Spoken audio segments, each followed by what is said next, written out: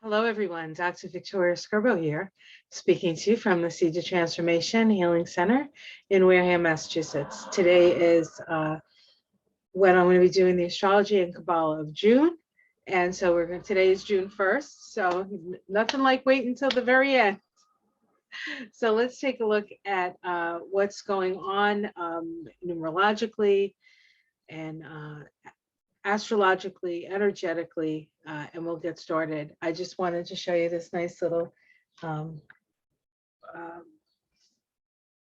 bouquet, and these were all from the garden. This is those beautiful peonies that just opened up, and this is the climbing hydrangea, and it's starting to bloom now, so it's smelling heavenly. And we have some clover, some wildflowers, some pretty grasses here. So just to kind of show you what's going on in the garden and how we bring it into the house. So let's get started. Oh, before I do get started, I just want to make a few announcements, I guess. Well, they're not quite announcements, they're just discussions. I recently had a little frustration on somebody's part about the length and the way that I did my moon shadows with Ona in the last moon shadows, and I have to admit it was a long one, but it was about the new moon in Gemini, so sometimes that happens. And there's an awful lot of things going on in the world that you can attribute to that. So that my moon shadows with Ona is more of that kind of conversational sort of practical application of astrological stuff, what's going on in our lives and how we see it reflected in the chart and in the stars. So that's what that moon shadows is about. If you want more sort of a cut and dry astrology, this is what you want to watch. You want to watch the monthlies and the weeklies. So today we're going to do the astrology Kabbalah. I'm going to do the astrology of the first 2 weeks because in June there isn't a whole lot of stuff happening. Well, there's plenty happening. Actually, I shouldn't say that.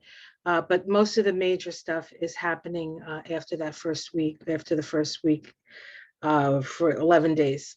So we're going to go over the first 11 days of June. But before we get there, let's get started with the Kabbalah part of this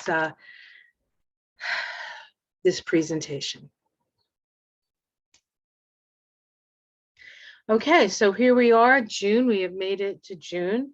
May was quite the month, was it not? Of course, May was the month where we had those eclipses.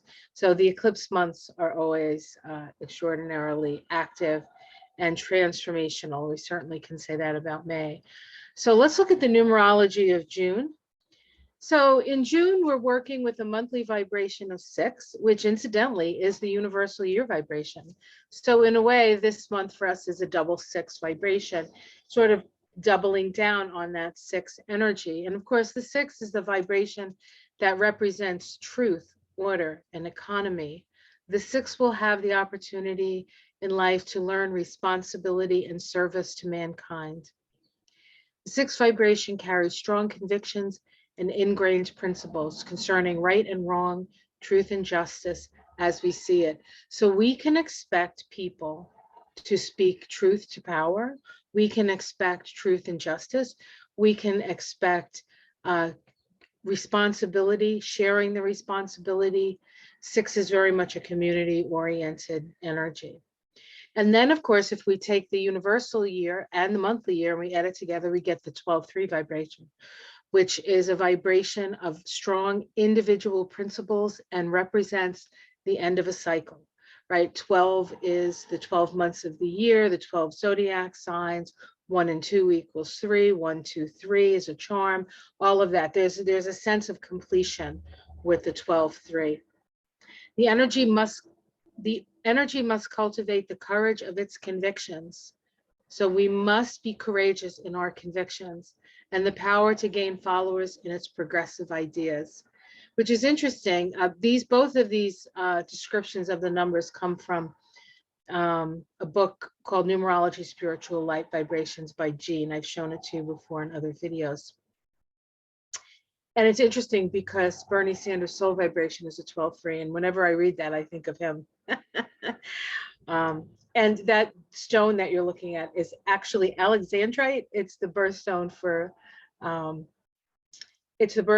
for June, and it has two colors. It depends on which way you look at it as to what color you see. So that's sort of very Gemini, and of course the sun is in Gemini for most of the month. The tarot correspondences with these vibrations. The 6 is the Lover's card, whose astrological correspondence is Gemini. So we have Gemini again. The Lover's card is a card of choice. It is the card that denotes duality. And so in this double 6 vibration, actually, we are going to have to make a choice. We make a choice between the darkness and the light, good and evil, truth and lies, that the whole sense of opposites, right? Opposites. The 12-3 vibration is associated with the Hanged Man. The astrological correspondence is Neptune. And we do have Neptune change direction at the end of the month on the same day that we have a new moon in Cancer. So Neptune is virtually standing still all month. And when these slow moving planets start their process of changing direction, it sort of holds the energy. So we have this energy of holding this Neptunian energy, which is the consciousness of all things. It's mass consciousness, Neptune. So it's sort of sitting there, and in its way, mass consciousness can be influenced at this time, or mass consciousness influences us. And as conscious beings that are waking up to a new reality, that we don't have to do it the way we've always done it, or we don't have to go just because it's been that way in the past, that it has to be this way now. We can co-create with spirit, right? And create something new. The Hanged Man requires us to look at the world from a different perspective, while changing that which we have the power to change, and releasing that which we do not. So the 12-3 vibration does give us a sense of what we have power over. And really what we have power over is our own awareness, our own consciousness. And it's in changing the inside that the outer change occurs, right? We are the people we've been waiting for. We've been saying this, right, for years now. So let's look at the tree of life and how the tree of life is influenced, or what the influences are on the tree of life. So the 6th vibration, the Lover's vibration, is called the 17th path. All of the major arcanas are found on the path that connects the Sephirot on the tree of life. So when you see the tree of life and you see all the circles and you see the paths that connect them, each one of those paths is associated with a major arcana card. There are 22 paths and 22 major arcanas. So the Lover's card, the Lover's path, is known as the 17th path, and it's called the separating or just disposing intelligence.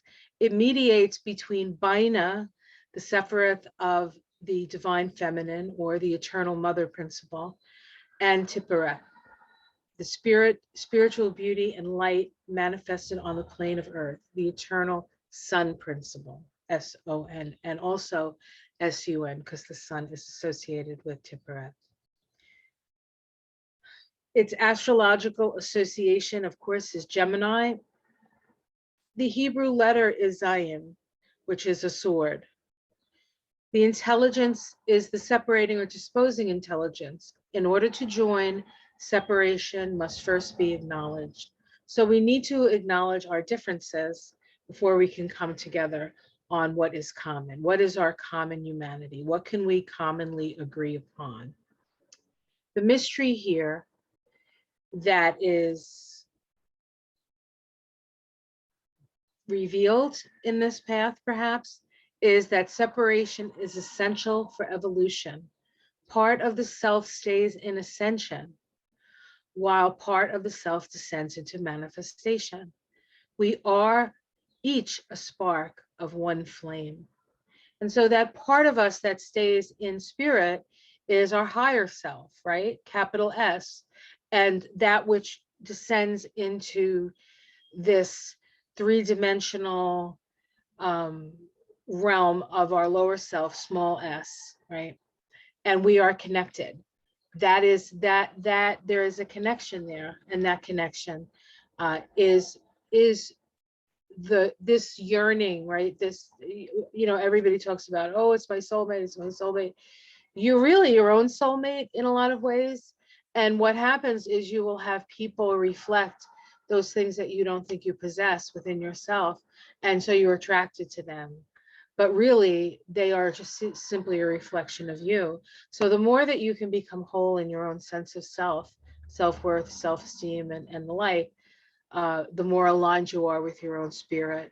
And you allow the spirit to, the higher self, to imbue your lower self with the purpose, your soul's purpose, or your higher self's purpose, or the purpose for this incarnation. The 12-3 vibration, the Hanged Man, is called the 23rd path, or the stable intelligence. This mediates between Geburah, the universal principle of destruction, and Hod, the thinking mind. The astrological attribution is Neptune, and the Hebrew letter is Mayim, meaning water. Mayim is one of the three, what they call mother letters of the Hebrew alphabet. We have Aleph, which is air, Mayim, which is water, and Shin, which is fire. The intelligence is the stable intelligence, the original intellect, the deep mind, which is, was, and never shall be. This is the mind of God. This is the cosmic consciousness. The mystery here is in losing yourself, small s, you find yourself, large s, right? So this is about letting go of that which you don't have control over, and focusing on that which you do have control over. And what you have control over is your own reactions and responses to life. Life happens, and what are you going to do about it? So these paths actually connect the different triads. If you look over here to the right, we have the first three, Kether, Hukma, and Bina. That's called the supernal triangle. The next triangle, which is a reflection of the spiritual triangle, is the triangle of the soul. This is Geburah, Hesed, and Tibereth. The third triangle is the triangle of the personality, Hod, Netzach, and Yesod. And then we have, this is manifested existence, Malkuth, the kingdom. So when we look at these paths, here's the path of the lovers. And we can see that on the path of the lovers, it crosses what is known as the abyss. And we connect the supernal triangle, the divine mother, to the sun, S-O-N, S-U-N, of God, goddess, all that is. This is the Christ consciousness. This is Tibereth, and this is the path of the lovers. So we have the supernal triangle connected to the soul triangle. The triad of the soul connects to the triad of the personality through the Hanged Man path. So here we have the triad of the soul. Here we have the Hanged Man, which sits right here. This is, the Hanged Man sits in the pillar of the future, okay? In the pillar of the future. And the lovers connects the pillar of the future with the pillar of the present moment. So we need to be in our heart in order to function. Tibereth is the center of the tree. All other Sephiroth, save for Malkuth, connects directly to Tibereth. That's how powerful this is. It's sort of the balance point. It is often associated with the scales of justice. And in fact, Tibereth is the sixth Sephiroth, and we are in a double six this year, this month, right? And here we have the Hanged Man connecting the soul, triad of the soul, with the triad of the personality. This is the mental body right here. This is the soul, the spirit, right? This is spirit, this is soul, this is mental, and then this is manifested reality. So let's take a look at what chakras are activated at this time. So I will tell you the most active chakras this month will be the third eye, the heart, the throat, and the solar plexus. And how do we get to that? Well, the lover's path connects the third eye Anja chakra to the heart chakra, Anahata. Anja means to perceive or command. Anahata means unstruck, alluding to the original sound vibration of creation, the Om, right?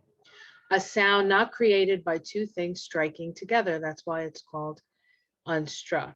So it is the original sound of God, goddess, all that is. When I say God, it is divinity. It is not, there is not a gender in this place. It just is, right? It is.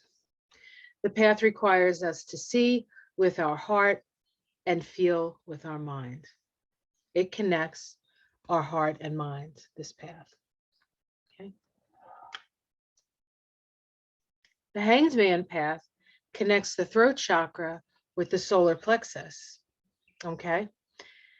So we have the throat chakra called Vishuddha and the solar plexus called Manipura. The Shuddha means purification. Manipura means lustrous gem. The path connects the divine will. Divine will sits in the throat chakra to the throat of the throat chakra to our personal will in Manipura. The path elucidates what is in our power and what is not. Divine will is made known by connecting to the flow of cosmic consciousness. That's why when you see the Hanged Man, he has a halo around his head, or she has a halo around her head, because she is connected to divine consciousness through her third eye. Okay, so the next thing we're going to look at is we're going to be looking at the astrology of June, and we're only going to look at the first 2 weeks. So from the 1st to the 11th. So week 1. What I'd like to do is I'd like to really speak about the new moon in Gemini, even though it didn't happen in June. It actually happened May 30th. And it's important. The vibration of that new moon, if it was on May 30th, which I think it was on for everybody, but I'm not sure, would have been a 41.5 vibration, which is actually the Ace of Cups. And we have the new moon right here. And this new moon and the subsequent days of the 31st and today, that not much has changed, right? Except that the moon has sort of moved on. So this is sort of a picture of as we begin this month and the kind of things that we are looking at. The new moon was at 10 degrees of Gemini. The Sabian symbol for 10 degrees of Gemini is an airplane performing a nosedive, a superior ability to challenge nature and play with danger. So this is an energy where if you're going to commit to something, you really need to commit to it, because it's the kind of thing that it can be somewhat of a, and not to scare anybody, certainly, but it can be dangerous to do anything half-assed or half-hearted with this. It takes all your concentration.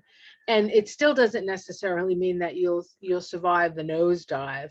There are a lot of things that have to go right. You have to be lucky. But even if you don't, just the attempt to do it, you will become famous. That's really what the symbol talks about in the book by Dane Rudger, which is this book here, of course, which I always pull up, which is all worn and falling apart and, you know, coffee stained.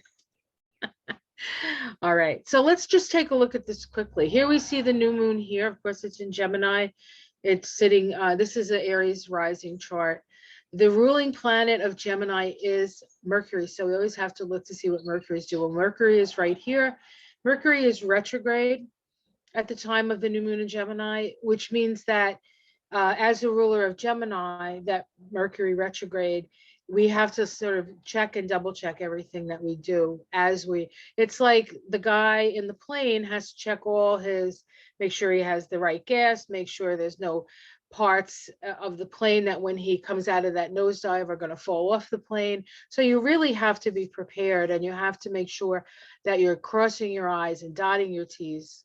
Oh, Mercury's retrograde. You're crossing your T's and dotting your I's. This Mercury is actually, and the interesting thing is, let's talk about the sun moon here. The sun moon in Gemini is widely trine, a sextile Chiron and Mars and Jupiter. If you it's kind of wide for Jupiter, but there's this new Jupiter area, Mars energy, new things. And here we have Chiron, the wounded masculine here, the wounds around war, the wounds around your personhood, not declaring who you are, your wounds around your rights to your own body, right? All issues that we're facing are in a sextile to this new moon. So these are some of the issues we will be dealing with.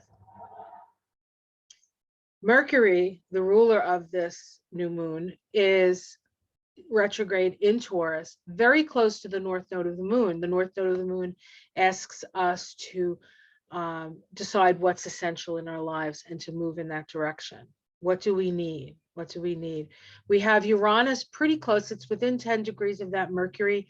Uranus, of course, is disrupting. This is part of the disruption of the supply chain, the disruption caused by war of the food, that the wheat coming out of the Ukraine, all of that. This is all sort of described in here. This Mercury is also square, trine Pluto, right? Trine Pluto, very powerful. So Pluto is about transformation and Mercury is about the mind. They're both retrograde. So this is about rethinking power and who holds the power, who holds all the money, Taurus, right? Who holds all the resources? Who's in charge here? Who's making the rules, right?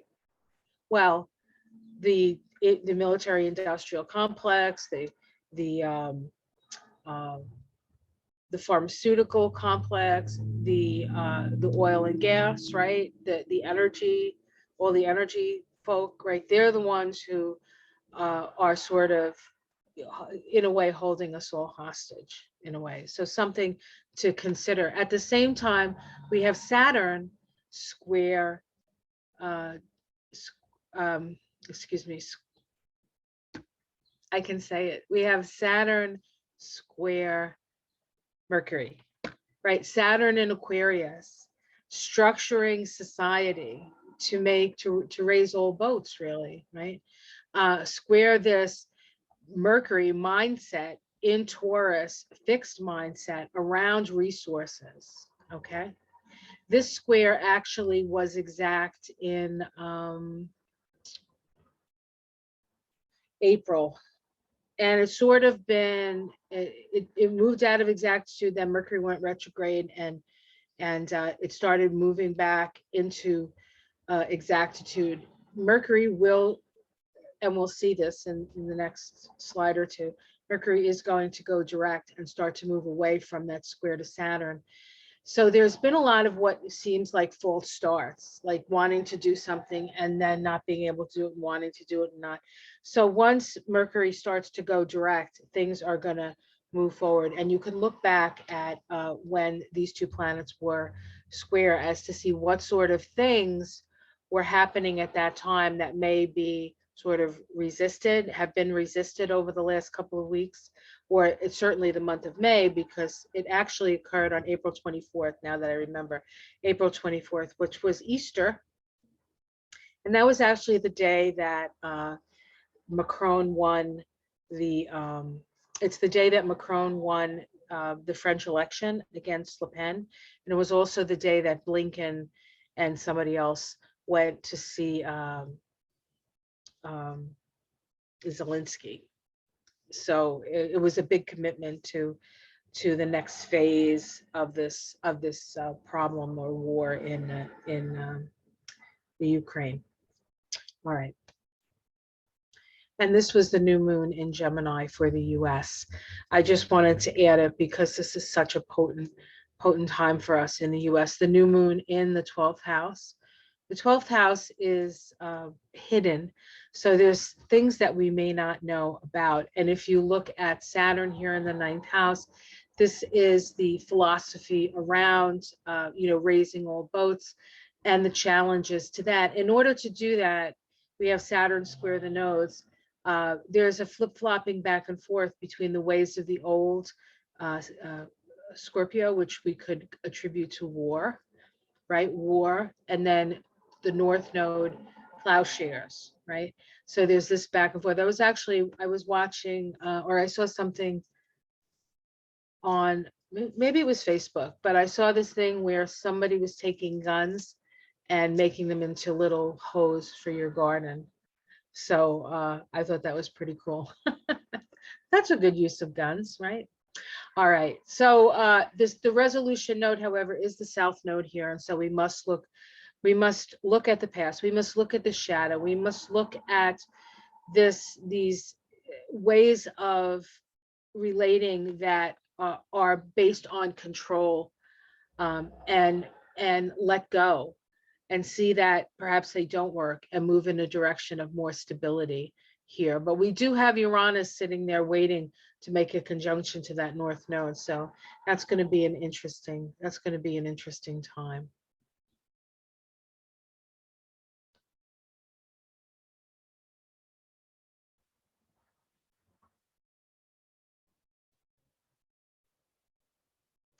All right, everyone. So the first actual thing that happens in June of note is the fact that on the 3rd, which is a Friday of June, Mercury stations direct at 27 degrees of Taurus.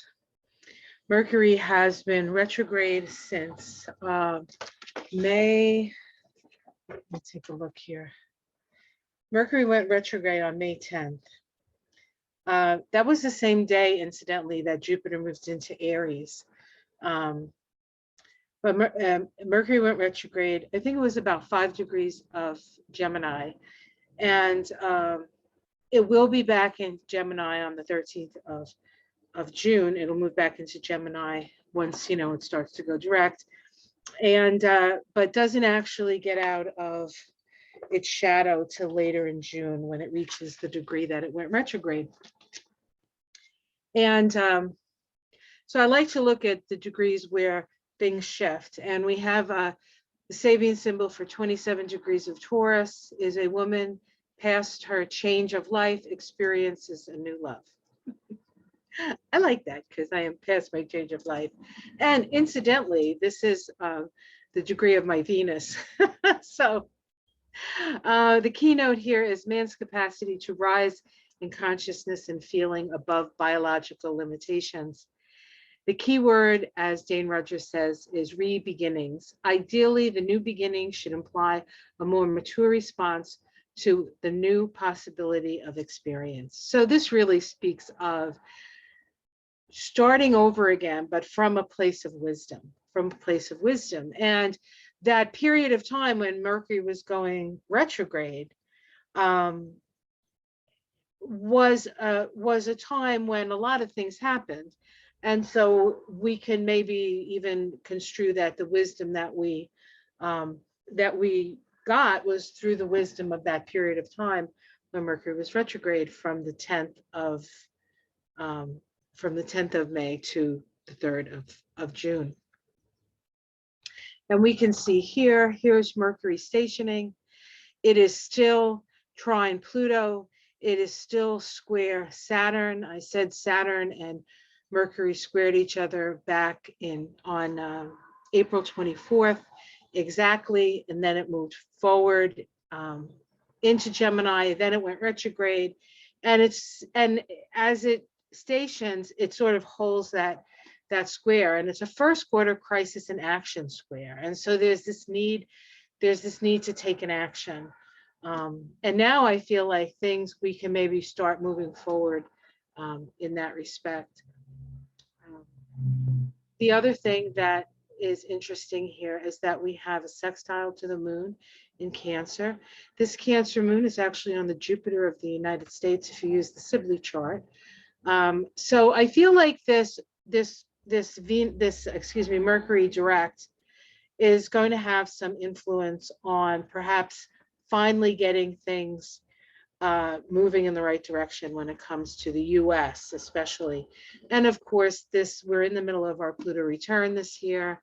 And, you know, we just had some pretty profound things happen. And so, not the least of which, of course, is the Roe versus Wade decision that I believe they say will come out at the end of this month. So they're thinking the end of the month, the end or the beginning of July, I think I heard. We don't know. We don't know. That was an opinion. That was a draft opinion. Some people, you know, signed on to it, but maybe they've changed their minds. We don't know. So we'll see what happens with that. And I'll see if there's anything else I want to mention. We do have a grand trine here with the south node of the moon, Neptune, the moon, and of course opposite the north node, but we have Jupiter there. So it's part of a kite formation. And so what gets at when you have these grand trines with the kite here, what gets activated is what's at the top of the kite. And that would be the north node in Taurus. And that would also be Mercury in Taurus. If we look at the ruler of the north node, we see that the north node is actually in Taurus. I mean, Venus is actually in Taurus, which is powerfully placed. Venus in Taurus is in the sign of her rulership. So she is powerfully placed there. And that Venus in Taurus is actually square the nodes of the United States. And so there is a question of values and what's important and what's essential, not to mention what's going on with the women's bodies and the like, and the rising of the feminine, lest we forget. All right. So let's go on to the next thing that happens. So the next day, the 4th, which is a Friday, we have Saturn stationing retrograde. So we have Mercury starting to move forward, and now Saturn is going to start to move backwards. And this occurs at 26 degrees of Aquarius. It says a garage man, I think that means a mechanic, but they say garage man, a garage man testing a car's battery with a hydrometer. The keynote is skill in applying knowledge of natural laws to the solution of everyday problems resulting from life in our technological society. The symbol tells us that we constantly need to use our intellectual powers of observation and analysis to check on the effectiveness of the energies at our disposal. It is a symbol of mental efficiency. So when a planet goes retrograde, it does have an opportunity to go over degrees that it had been going forward, it had moved forward across. So it goes back over a certain amount of degrees and then will come back forward. So those degrees in a chart are activated by Saturn going over them. And if I can, I'll tell you what degrees those were by looking at this. Let me just look at my calendar here. Oops. Okay, so Saturn, let's see here. Saturn started the year at 12 degrees. Saturn will retrograde starting the 4th of June and will retrograde into, excuse me.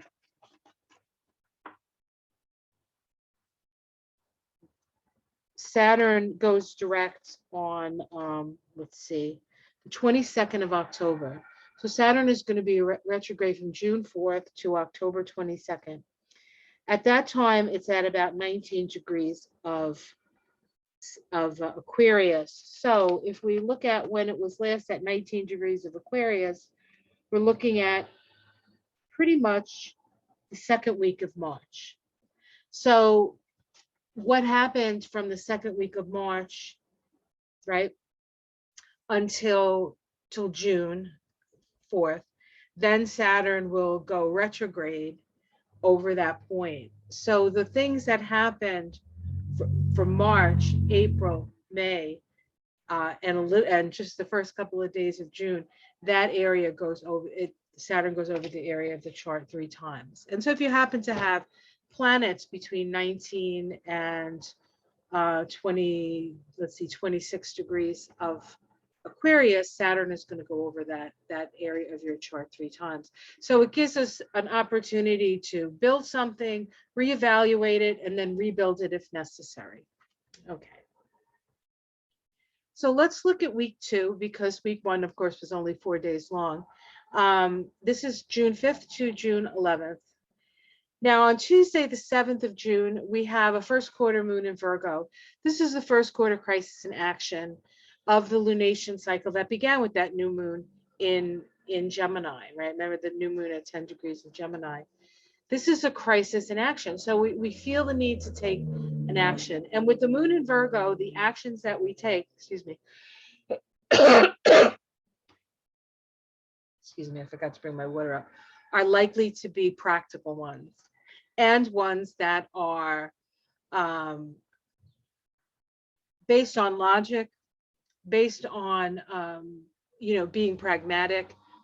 And of course, both Mercury, both the sun in Gemini and the moon in Virgo are both ruled by Mercury, which is still in Taurus. And so the actions need to be practical. They need to be basic. We need to get, it's sort of like we have to like pull away from the more outwardly oriented way that we are here, and then maybe move in a more inwardly oriented way, sort of take care of our own garden, so to speak. On Friday, June 10th, we have Mercury making a waxing trine to Pluto. This is actually the last of 3 because of Mercury's retrograde cycle. Mercury made 3 trines to Pluto, and we saw even in the new moon chart that Pluto was trining Mercury, right? So this is when it becomes exact. And again, this is a waxing trine, so it has the energy of Leo, which is self-expressive, creative. And there's nothing, when you have trines, very often they're considered positive aspects.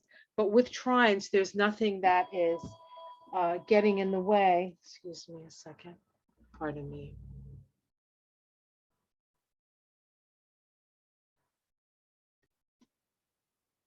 Oh, it's such a Gemini thing, right? The phone ringing. I couldn't find it. I found it. It was trying to sell me something. We'll just stick that back there. So when you have trines, there's nothing to stop the energy from flowing. And that can be good and that can be bad. It depends on the energy. Pluto and Mercury, it can be the powerful expressing themselves, right?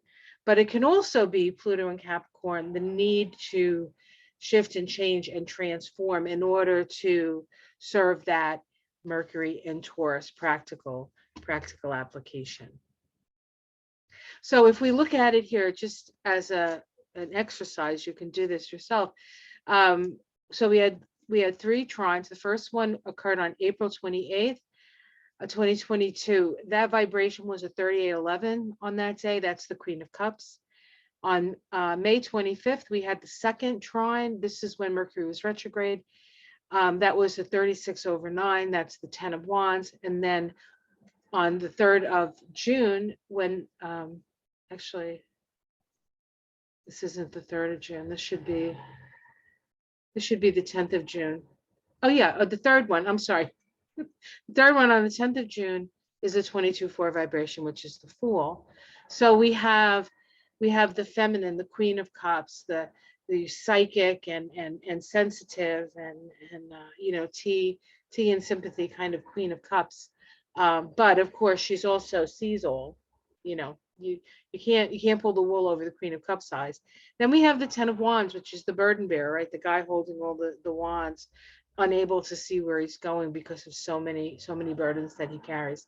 And then we have the Fool, and the Fool indicates a leap of faith, a leap of faith. So there's this energy, 11, 9, and then this 22 vibration. And we have two master numbers here. So we know that things are changing and things are perhaps the change that we didn't think we would ever see is starting to happen.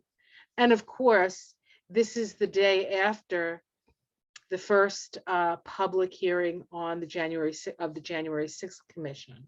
So we're going to start to get some information at this time. And it's very, very apropos that we have this trine between Pluto and Mercury. Pluto and Mercury is about getting down to the bottom line. And so perhaps we'll get some information on what that'll mean for us. On Saturday, June 9th, we have Venus make a conjunction to Uranus at 17 degrees of Taurus. Venus has had a very interesting journey this year. She started the year in Capricorn retrograde. She made 3 conjunctions to Pluto. She made 2 conjunctions to Mars. She really ran the gauntlet. And then the North Node, of course, is in Taurus. So the ruler of the North Node, when the nodes did move into Taurus, was retrograde in Capricorn. And so the other thing about that retrograde in Capricorn is at that time, I believe Venus was at 13 degrees of Capricorn retrograde. 13 degrees of Capricorn is the south node of Pluto. Every planet except for the sun and the moon have a south node and a north node. Every planet but the sun has a south node and a north node. The moon has a south node and a north node. That's what we look at. So Pluto is the planet of transformation. Its north node is in Cancer. And so our collective transformation is in the direction of Cancer, in the direction of sort of more maternal, matriarchal, and moving away from the more patriarchal structure. So when we had these nodes move into Taurus with the ruling planet of the North Node being in Capricorn at that degree, which is connected to Pluto, this really was an indication that this year was going to be different and that the feminine will surely rise. And so we can see all kinds of attacks on the feminine, including our rights to ourselves, but also when we see children getting, shut up in schools. This is, children, it's about nurturance. It's about taking care.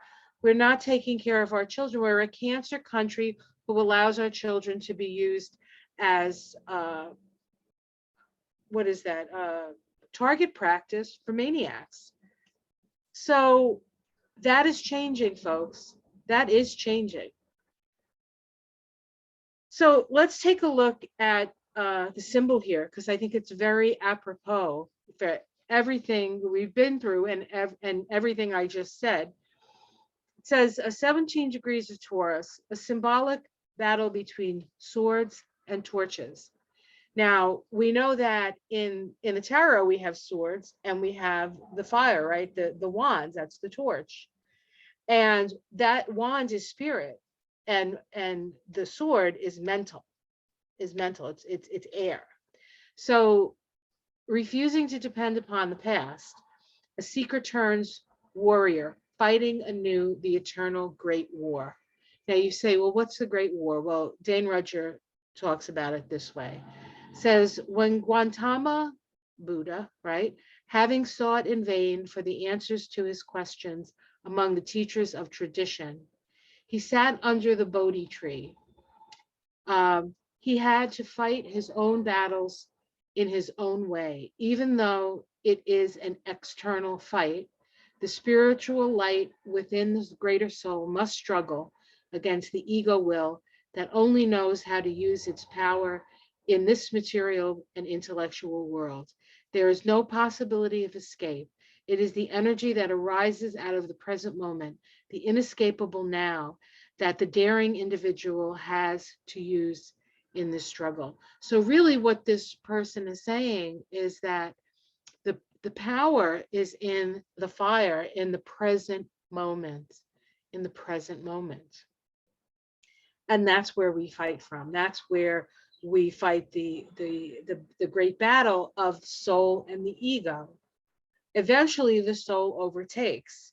And if we can allow the soul to move through us, and we become, divine will becomes our will, we become the warrior, we become the spiritual warrior, the rainbow warrior. What is a rainbow warrior? The rainbow warrior is somebody who all their chakras are functioning.